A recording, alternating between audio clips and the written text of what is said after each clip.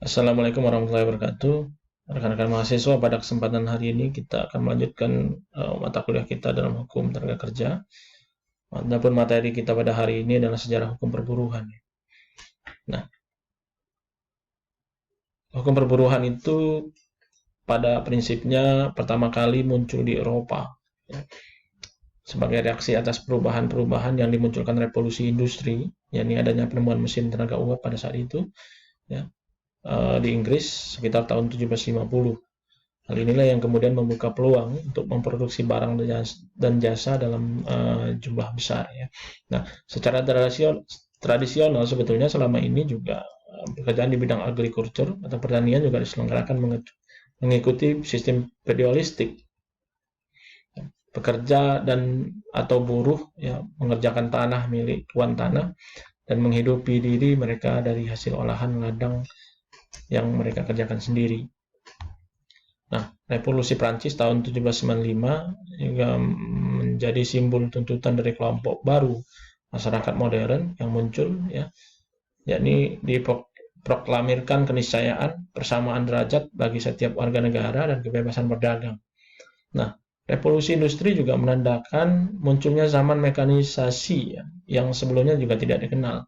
Nah, ciri utama mekanisasi ini adalah hilangnya industri kecil, jumlah buruh yang bekerja di pabrik itu meningkat, anak dan perempuan juga ikut diturunkan ke pabrik-pabrik, ya.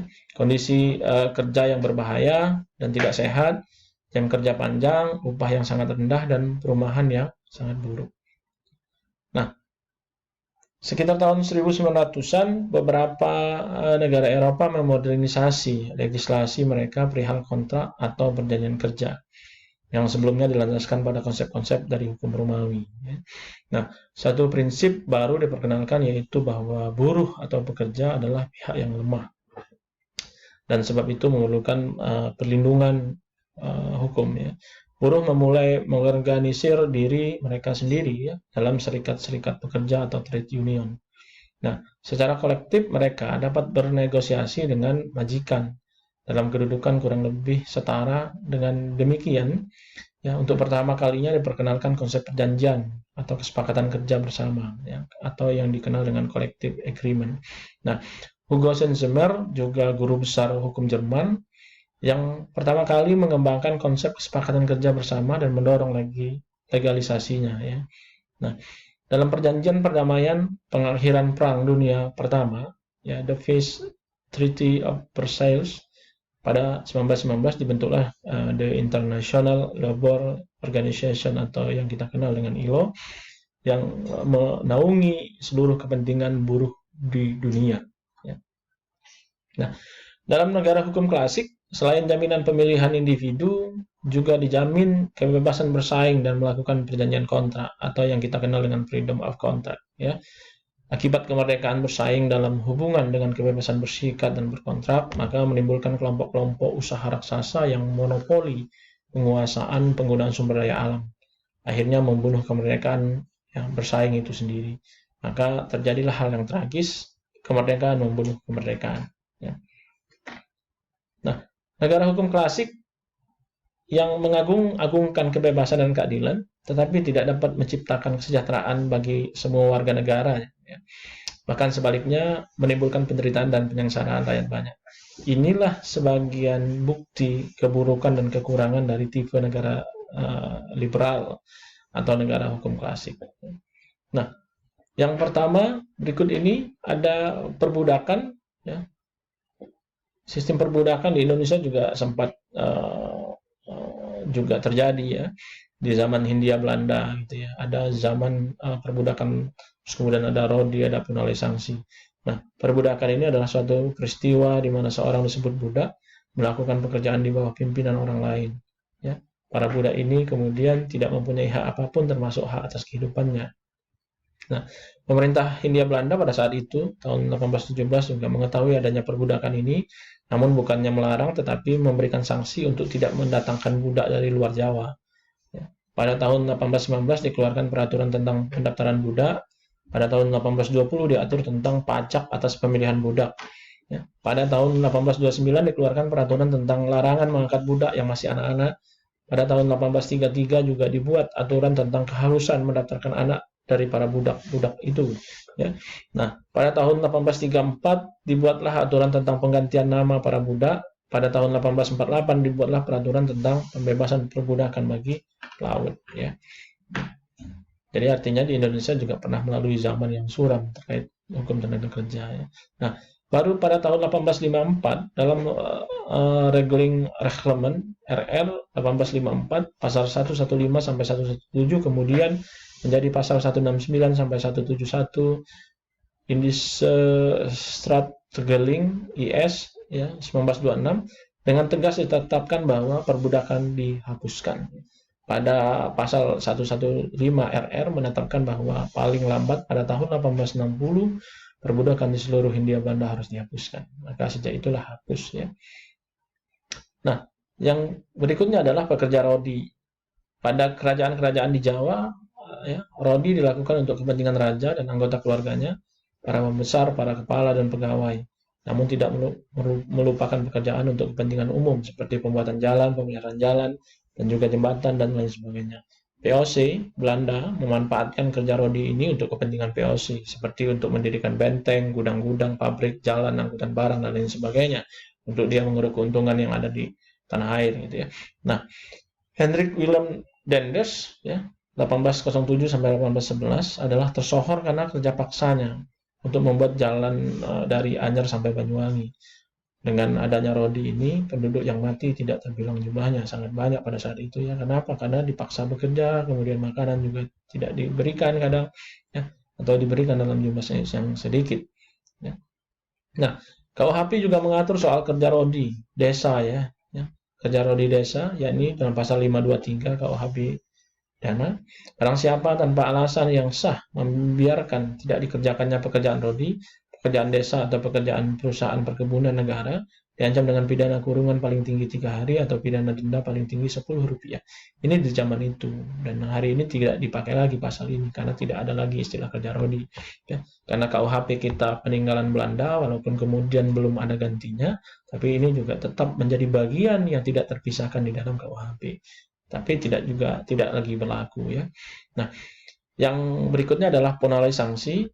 Pada tahun 1870 lahirlah Agraris Wet, Undang-Undang Agraria, yang mendorong tumbuhnya perkebunan swasta yang besar. Nah, buruh yang tiada dengan alasan yang dapat diterima meninggalkan atau menolak melakukan pekerjaan dapat dipidana ya, dengan denda Rp16 dan Rp25 atau dengan kerja paksa selama 7 sampai 12 hari. Inilah yang dinamakan penalai sanksi ya. Nah, dalam hukum perburuhan dikenal adanya pancakrida, hukum perburuhan yang merupakan perjuangan yang harus dicapai. Yang pertama adalah membebaskan manusia Indonesia dari perbudakan dan perhambaan, kemudian pembebasan manusia Indonesia dari rodi atau kerja paksa, pembebasan buruh atau pekerja Indonesia dari punalai sanksi, yang keempat pembebasan buruh atau pekerja Indonesia dari ketakutan kehilangan pekerjaan, yang kelima memberikan posisi yang seimbang antara buruh, pekerja dan pengusaha. Ini pancakrida hukum perburuhan. Nah, landasan normatif intervensi pemerintah dalam bidang perburuhan ini, ya, Undang-Undang Dasar 1945 pada dasarnya menjamin hak setiap warga negara untuk memperoleh pekerjaan.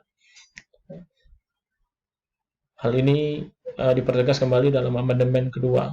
Ya. Dinyatakan bahwa hak memperoleh pekerjaan itu merupakan bagian dari hak asasi manusia. Ya. Nah, dalam pasal 28D juga mengatakan bahwa setiap orang yang berhak untuk bekerja serta mendapatkan imbalan perlakuannya, ya, maka berhak mendapatkan perlakuan yang adil dan layak dalam hubungan kerja. Sebelumnya pemerintah juga telah menetapkan Undang-Undang Nomor 39 Tahun 1999 tentang hak asasi manusia.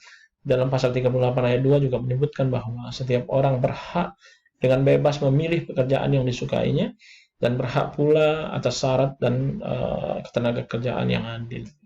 Ini di Indonesia juga sudah mulai berkurang proses perbudakan, pemaksaan kehendak dan lain sebagainya ya. Dan hari ini berada pada posisi yang cukup mengembirakan bahwa ada upaya-upaya dari pemerintah untuk kemudian memakmurkan pekerja, akan tetapi di satu sisi juga berkaitan dengan kepentingan-kepentingan pengusaha ya. Oleh karenanya kita berharap bahwa di masa mendatang juga nasib para buruh atau pekerja ini akan lebih baik. Nah, ini intervensi pemerintah dalam sifat hukum perburuhan ketenagakerjaan. Yang pertama, KUH Perdata memandang pekerja sebagai barang yang apabila tidak berproduksi tidak dibayar ya. Nah, hal ini disebutkan dalam pasal 1602 KUH Perdata. Tiada upah yang harus dibayar untuk jangka waktu selama si buruh tidak melaksanakan pekerjaan.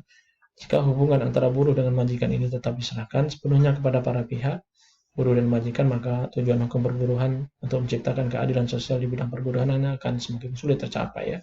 Karena pihak yang kuat akan selalu ingin menguasai pihak yang lemah, homo homini lupus. Jadi oleh karenanya pemerintah perlu melakukan intervensi untuk menyeimbangkan kepentingan antara buruh dan pengusaha. Nah, adapun tujuan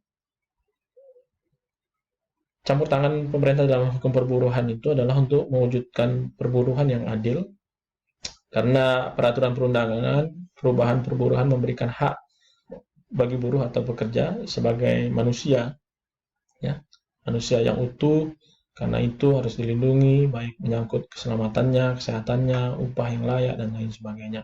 Nah, kehadiran Undang-Undang Nomor 13 2003 tentang Ketenagakerjaan telah memberikan nuansa baru dalam hasanah hukum perburuhan atau ketenagakerjaan, yaitu mensejajarkan istilah buruh atau pekerja, ya. Istilah majikan diganti menjadi pengusaha atau pemberi kerja, ya. Mengganti istilah perjanjian perburuhan, kesepakatan kerja bersama atau PKB, yang berupaya diganti dengan alasan bahwa perjanjian perburuhan berasal dari negara liberal. Terus kemudian kesetaraan antara pekerja pria dan wanita, khususnya untuk bekerja pada malam hari. Terus kemudian memberikan sanksi yang memadai, serta menggunakan batasan minimum dan maksimum.